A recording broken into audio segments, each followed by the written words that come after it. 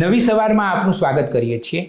આજે સ્ટુડિયોમાં ઉપસ્થિત છે જનકભાઈ નાયક. જનકભાઈ, તમારું સ્વાગત છે. જનકભાઈની કંપની NB વિઝા વર્લ્ડ એ આખા વિશ્વમાં જાણીતી છે. અમદાવાદ બેઝ છે અને લગભગ 180થી વધારે ફ્રેન્ચાઇઝી એમની આખા ભારતમાં છે અને 20થી વધારે ઇમિગ્રેશન લોયર વકીલો પણ એમની આજે ટીમ છે, કંપની છે, એની સાથે કામ કરી રહ્યા છે. એમનું ઘણું મોટું કામ છે અને અત્યાર સુધી એમણે હજારો વિદ્યાર્થીઓને, સંખ્યાબંધ વિદ્યાર્થીઓને વિદેશમાં ભણવા માટે મોકલ્યા છે. જનકભાઈ, અમને ચિંતા થઈ એટલે તમને બોલાવ્યા અને તમારી સાથે વાતો કરવાનું જરૂરિયાત ઊભી થઈ. આ કેનેડામાં જે આપણા ભારતીય વિદ્યાર્થીઓ છે, શું થઈ રહ્યું છે ત્યાં? શું પ્રશ્ન શું છે ત્યાં? રમેશભાઈ, હું આને એવી રીતે મૂકીશ કે જ્યારે વિદ્યાર્થી ભણવા જાય છે અને ત્યારે એનું સ્ટેટમેન્ટ ઓફ પર્પઝ બનાવે છે, ત્યારે ગવર્મેન્ટને એવી વાતો કરે છે કે ભાઈ હું તો આવીશ, અહીંયા ભણીશ, એક્સપોઝર લઈશ અને મારા દેશમાં પાછો જઈશ. સત્ય એ છે કે અંદરખાને ઓર બેક ઓફ ધી માઇન્ડ દરેક વિદ્યાર્થી, દરેક પેરેન્ટ એવું ઈચ્છતા હોય કે સારા કન્ટ્રીમાં સેટ થાય અને કમાતો ધમાતો થાય ને એની લાઈફ બને. એટલે ultimate goal is two gate permanent residency, PR લેવા માટેનો ફાઇનલ ગોલ જે છે એ ગોલને લઈને અત્યારે કેનેડામાં ધમાચકડી મચી ગઈ છે, એવું કહી શકું. હવે થયું એવું કે 2 દિવસ પહેલાં ગવર્મેન્ટે ડિક્લેર કર્યું કે અમે લોકો લો વેજીસના LMIA બંધ કરીશું.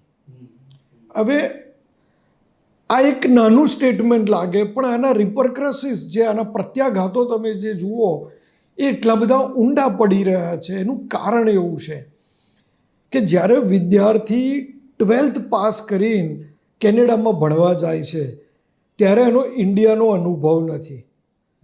બીજું, કેનેડામાં એ 2 વર્ષ ભણ્યો અને પછી 3 વર્ષની વર્ક પરમિટ લીધી.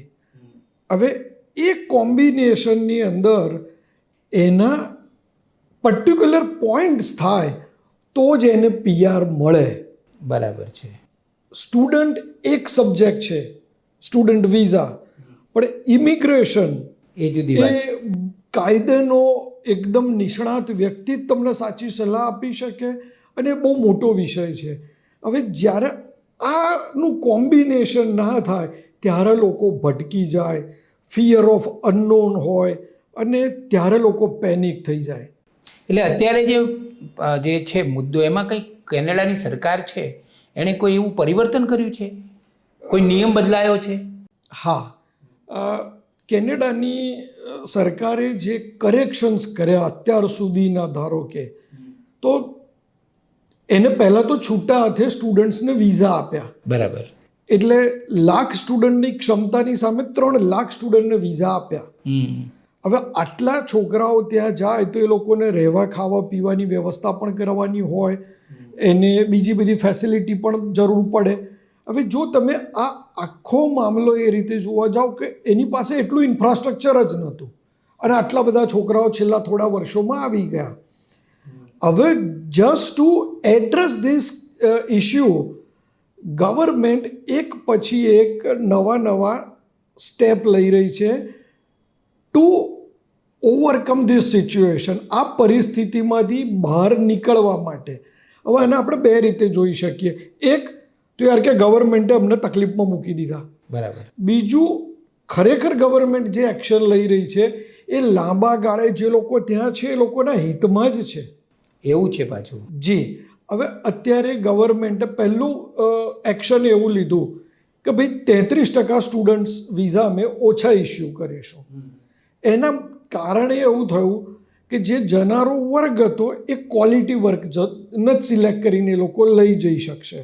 That is the first requirement. બીજું, એમણે એવું કર્યું કે એના સ્પાઉસને લઈ જતા હતા અને એના બેટર હાફને લઈ જઈને એને ઓપન વર્ક પરમિટ મળતી હતી, જેના કારણે વિદ્યાર્થી કમાઈને નોકરી લઈ લે, એના સ્પાઉસ જોબ લઈ લે અને જ્યારે આ બંને ફ્રન્ટ ઉપર જોબ લેવાથી જાય તો કેનેડામાં રહેતા લોકોને પણ જોબની તકલીફ પડે અને જે પડી રહી છે. અચ્છા. એના ભાગરૂપે ગવર્મેન્ટે આ એક એક્શન લીધો કે ભાઈ તમે સ્ટુડન્ટ છો તો તમે ભણો, તમારા બેટર હાફને તમે વર્ક વિઝા પછી બોલાવજો. બરાબર. આ એક કરેક્શન કર્યું. ગવર્મેન્ટે બીજું કરેક્શન એ કર્યું કે જ્યારે લોકોને જોબ ક્રાઇસિસ ઊભી થઈ, લોકોને તકલીફો પડવા લાગી, એવા સમયે લોકોને ખર્ચા પણ કેવી રીતે કાઢવા, તો કોઈ ખોટા રસ્તે ના જાય, વિદ્યાર્થીઓ ઓર વર્કરનું શોષણ ના થાય, એ માટે ગવર્મેન્ટે જે જીઆઈસી બોન્ડ હતા એની વેલ્યુ ડબલ કરી, જેના કારણે વિદ્યાર્થી કમ્ફર્ટેબલી ત્યાં રહી શકે. આના બીજા બે પાસા થયા કે જો નેગેટિવ લો તો કે યાર બર્ડન નાખી દીધું, અને પોઝિટિવ લો છો તો એવું છે કે વિદ્યાર્થી જ્યાં સુધી ભણતો હશે, જ્યાં સુધી પ્રાઇમરી લાઈફ જીવતો હશે તો ડિપ્રેશનમાં નહીં આવે, ટેન્શનમાં નહીં આવે કે આગળ મારી ફી કેવી રીતે ભરીશ, મારું મહિનો કેવી રીતે કાઢીશ. તો દરેકની પોતપોતાની થોટ પ્રોસેસ ચાલી રહી છે. આનાથી એક સ્ટેજ આગળ જઈને જ્યાં લેટેસ્ટ ગવર્મેન્ટે કર્યું, તો રમેશભાઈ આ ગવર્મેન્ટે જે વાત કરી તો કે આવું એવું તો શું કહી દીધું કે આટલી બધી તકલીફ પડી ગઈ, અને રેલી કાઢી છે ત્યાં. આને સમજવા માટે કેનેડિયન ઇમિગ્રેશન સિસ્ટમ સમજવી પડશે કે જે આખા મામલાના પાયામાં પડેલી છે. દરેક વ્યક્તિને પીઆર જોઈએ છે. હવે તમે ધારો કે ઇન્ડિયાથી પીઆર અપ્લાય કરવું છે, માસ્ટર ડિગ્રી, પ્રોફિશિયન્ટ ઇંગ્લિશ એટલે 8,777ના બેન્ડ, 3-4 વર્ષનો અનુભવ, આવી જોરદાર પ્રોફાઇલવાળી વ્યક્તિ પણ અત્યારે ઇઝીલી પીઆર નથી મેળવી શકતી અનટિલ એન્ડ અનલેસ એને કોઈ પ્રોવિન્સ ઇન્વાઇટ કરે, કોઈ એમ્પ્લોયર ઇન્વાઇટ કરે અને એ જઈ શકે. હવે આની એક એ લોકોએ સિસ્ટમ બનાવી કે age, education, experience, English, spouse, Canadian education, Canadian experience, આ બધાના પોઈન્ટ ભેગા કરીને એક કોમ્પ્રિહેન્સિવ રેન્કિંગ સિસ્ટમ ઊભી કરી. બરાબર. જે 1200 પોઈન્ટની સિસ્ટમ હોય એમાંથી જો તમારા 550, 525 પોઈન્ટ, 530 પોઈન્ટ હોય તો તમે ઇન્ડિયાથી પીઆર લઈ શકો.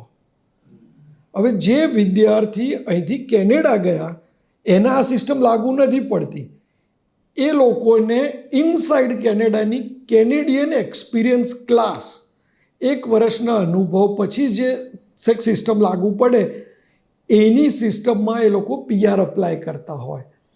હવે એ પણ અનફોર્ચ્યુનેટલી સ્કોર હાયર લેવલ ઉપર ચાલી રહ્યો છે. ગઈકાલે રાત્રે જ ડ્રો થયો, 507 પોઈન્ટે આવ્યો. હા, ઓફકોર્સ દરેક કન્ટ્રીને યંગ બ્લડ, એનર્જેટિક લોકોની જરૂર છે જ, કે જે ત્યાં ભણવા ગયા હોય એ સિસ્ટમમાં તૈયાર થયા તો એ કન્ટ્રી ઈચ્છે કે તમે અહીંયા રહો ને લાંબો સમય રહો.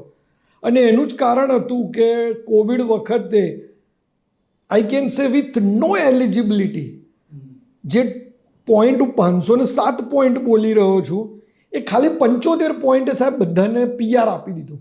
અચ્છા, પણ એ તો એક અસાધારણ પરિસ્થિતિ. હા, હવે અત્યારે છોકરો જ્યારે 12th પાસ કરીને 2 વર્ષનો અનુભવ લે છે અને જ્યારે પીઆર માટે ઊભો રહે છે એના 400 પોઈન્ટ જ થાય છે સાહેબ. એટલે હવે એનું પીઆર થતું નથી. ટૂંકમાં આ તમારી બધી વાતોનો સરવાળો એ કે કેનેડાની સરકારે જે એમની પોતાની જરૂરિયાત પ્રમાણે જે નિયમોમાં બદલાવ કર્યો છે એને કારણે આપણા વિદ્યાર્થીઓને એવું લાગી રહ્યું છે કે અમારે અહીંયા અમને તકલીફ પડશે, અમે ઝડપથી પીઆર નહીં થઈ શકીએ. જી, આ મૂળ મુદ્દો આ છે. એક્ઝેક્ટલી. હા, હવે મને એ કહો કે આ ભારત અને કેનેડાના સંબંધો આમ પ્રમાણમાં થોડાક તણાવપૂર્ણ રહ્યા કરતા હોય છે, એને નાને કોઈ સંબંધ નથી ને? પર્ટિક્યુલરલી એવું ના કહી શકાય, કારણ કે જે એક્શન ગવર્મેન્ટ લઈ રહી છે એ પ્રિસાઇઝલી એની ઇકોનોમી, એનું સિટીઝન્સના બેનિફિટ માટે લોકલાઇઝ લોકોને, અને દરેક સરકારને તો પોતાને કરવું જ પડે, તો ચાલે નહીં. અને ખરેખર જે લોકો ત્યાં છે એના ભવિષ્યના ફાયદામાં જ છે. એટલે લાંબા ગાળે તો આ વસ્તુ સારી છે. સારી જ છે. આજે ગવર્મેન્ટે ગઈકાલે જે અનાઉન્સમેન્ટ 2 દિવસ પહેલાં અનાઉન્સ કર્યું કે જે પ્રોવિન્સ, રાજ્યમાં 6%થી વધારે અનએમ્પ્લોયમેન્ટ હશે ત્યાં અમે લોઅર વેજના LMIA નહીં આપીએ. હવે LMIA is what? Labour market impact assessment, કે જે લોકો બહારથી આવેલી વ્યક્તિઓને કેનેડામાં લાવીને ત્યાં જોબ આપવા માગતા હોય ઓર એને લાંબો સમય એમની સાથે રાખવા માગતા હોય. અચ્છા અચ્છા અચ્છા. હવે આ કર્યું કેમ? તો કે જે ઈસ્ટર્ન પ્રોવિન્સીસ છે, એટલાન્ટિકમાં છે, પ્રિન્સ એડવર્ડ આઇલેન્ડ છે, જ્યાં અત્યારે પ્રોટેસ્ટ ચાલી રહ્યો છે, ન્યૂ લેબ્રાડોર છે, ન્યૂ ફાઉન્ડલેન્ડ છે, ન્યૂ બ્રોન્ઝવિક છે, નોવા સ્કોશિયા છે. હવે આ બધા પ્રોવિન્સના ક્ષમતા કરતાં વિદ્યાર્થીઓ વધારે છે, માટે અનએમ્પ્લોયમેન્ટ રેશિયો વધારે છે. ત્યાં ગવર્મેન્ટ એમ કહે છે કે અમે લોઅર લેવલના નહીં કાઢીએ LMIએ, કે ધારો કે લોઅર લેવલ ઇઝ વોટ, તો કે તમે ક્લીનર છો, તમે કિચન હેલ્પર છો, તમે ક્યારેક કુક લેવલના આવ્યા, તમે ફાર્મ વર્કર થઈ ગયા. અમુક કેટેગરી લોકો એક્સેપ્શન આપી જ છે હેલ્થને અને ફૂડની ઇન્ડસ્ટ્રીઝમાં. પણ હા, ફૂડ કાઉન્ટર અટેન્ડન્ટ છે, ફૂડ સર્વર છે, વેટર તરીકે, આ બધી કેટેગરીઓમાં અટકાયું. હવે એકચ્યુઅલ તમે મુદ્દો જુઓ તો કે અટકાવ્યું એમાં વિદ્યાર્થીઓને ક્યાં તકલીફ પડી. સત્ય એ છે કે જે 400 પોઈન્ટે વિદ્યાર્થી PR માટે એલિજિબલ નહોતો, એની એલિજિબિલિટી બી નથી, એ સુપરવાઇઝર પોઝિશનમાં પણ કામ નથી કરતો, એ તો લોઅર લેવલનો માણસ થયો ને 12મા પછીના અભ્યાસ પછી. તો એ લોકો આવા નાના નાના પ્રોવિન્સમાં જાય, ત્યાં કોઈ પણ જોબ લે, આ લોઅર લેવલની પણ, અને જો ત્યાં 6 મહિના 12 મહિના ત્યાં રહ્યા હોય, પ્રોવિન્સ ટુ પ્રોવિન્સ કાયદા બદલાય, પણ એ 12 મહિના ત્યાં રહે તો એમને એ પ્રોવિન્સ 600 પોઈન્ટનો બેનિફિટ આપે, અને માટે એમનું ઇઝી PR થઈ જાય. હવે જો આ બંધ કર્યું તો એ વિદ્યાર્થીઓ માટે ઓલમોસ્ટ અત્યારે ફ્યુચર બ્લેન્ક દેખાઈ રહ્યું છે, દરવાજા બંધ થઈ જાય. માટે છોકરાઓ પેનિક થઈ ગયા છે અને ખરેખર પ્રોટેસ્ટ કરી રહ્યા છે. પણ ગવર્મેન્ટ ડિપોર્ટ કરી રહી છે એવા જે સોશિયલ મીડિયામાં ન્યૂઝ ફરી રહ્યા છે એવું નથી. પણ જનકભાઈ, ઘણા બધા લોકો વિદ્યાર્થીઓ કેનેડાથી પાછા આવી રહ્યા છે. બીજી પણ ઘણી સમસ્યાઓ છે. અત્યારે આપણા કુલ 4 લાખ જેટલા ભારતીય સ્ટુડન્ટ્સ છે કેનેડામાં, એક અંદાજ પ્રમાણે. એમાં ગુજરાતીઓની સંખ્યા ઘણી મોટી હશે જ.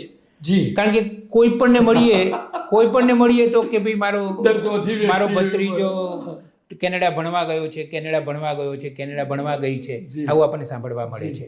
2 વસ્તુઓ જે વારંવાર સાંભળવા મળે છે. એક તો ત્યાં છોકરાઓને ઘર મળતા નથી રહેવા માટે, એક પ્રશ્ન આ છે. બીજો પ્રશ્ન એ છે કે નોકરીઓ નથી. એ તો ખરેખર પરિસ્થિતિ શું છે રમેશભાઈ? સત્ય એ જ છે કે જોબ શોધવી ખરેખર ટફ છે, નથી મળતી.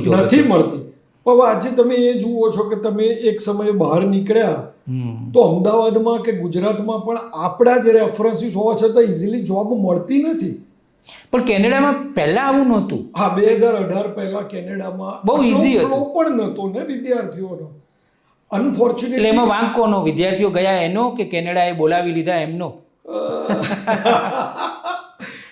તો એમણે વિચારવું જોઈતું હતું ને. હા, કદાચ ગવર્મેન્ટ એક કે ભાઈ આટલા બધા વિદ્યાર્થીઓને બોલાવીશું પછી થશે શું, એ તો એમણે વિચારવું જોઈએ ને. આમાં એવું કહી શકાય ક્યાંક શરત ચૂક થઈ ગઈ છે કે જેની અંદર ગવર્મેન્ટે આ ધ્યાન રાખવાની જરૂર હતી, કારણ કે એમનું મોટા ભાગનું એજ્યુકેશન સેક્ટરની ઇન્કમ પર ગવર્મેન્ટનો ચાલતું. એટલે એ મુદ્દો પણ ખરો. હા, ઓફકોર્સ ખરો. આટલા બધા વિદ્યાર્થી આવે, એની આવક કેટલી આવે ગવર્મેન્ટને?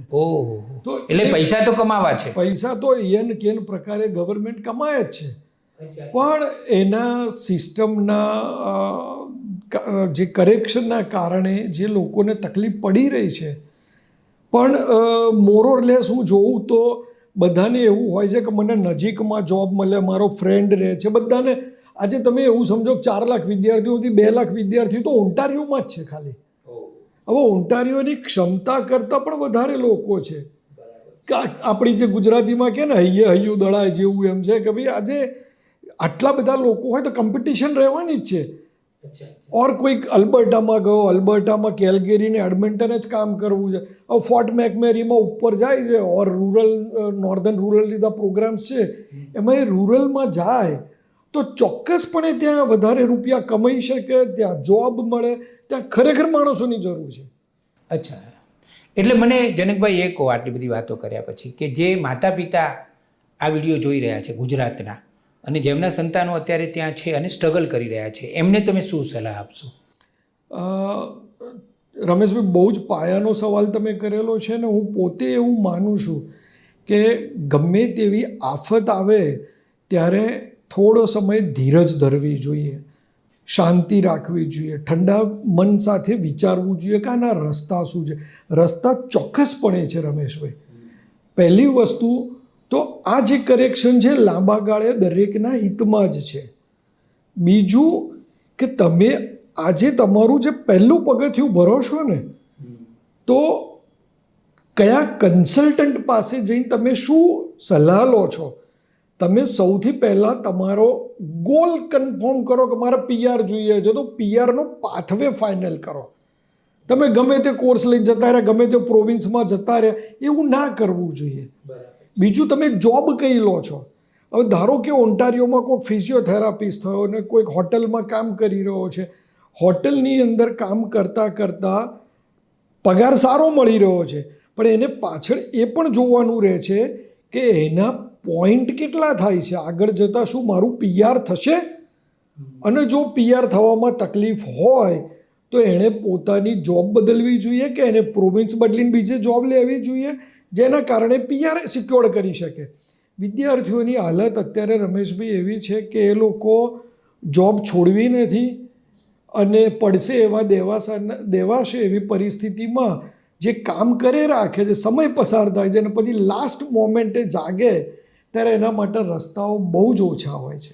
એનો અર્થ એ થયો કે ખૂબ એની જાતે જ અભ્યાસ કરવો જોઈએ, ચોક્કસ લાંબા ગાળે વિચારવું જોઈએ. પેરેન્ટ્સ બી અહીંયા લોકલ બધાની સલાહ લઈ જ શકે ને કન્સલ્ટન્ટની. એટલે એટલા બધા પેનિક થવાની જરૂર નથી, એટલા બધા રઘવાયા થવાની જરૂર નથી. શાંતિ રાખવાની જરૂર છે અને લાંબા ગાળાનો વિચાર કરીને નિર્ણય લેવાની જરૂર છે. ચોક્કસ. અને જે વિદ્યાર્થીઓ ત્યાં જાય છે મોર ઓર લેસ ત્યાં PR થાય છે, પણ જે લોકો લિમિટેડ બજેટ સાથે ત્યાં જાય છે અને આવી પરિસ્થિતિમાં સસ્ટેન નથી કરી શકતા એવા લોકો પાછા આવી રહ્યા છે. એવા લોકો જે પ્રેશર હેન્ડલ નથી કરી શકતા એ પાછા આવી રહ્યા છે. જેને ફ્યુચર જ શોર્ટ ટાઈમમાં નથી દેખાતું એ લોકો પાછા.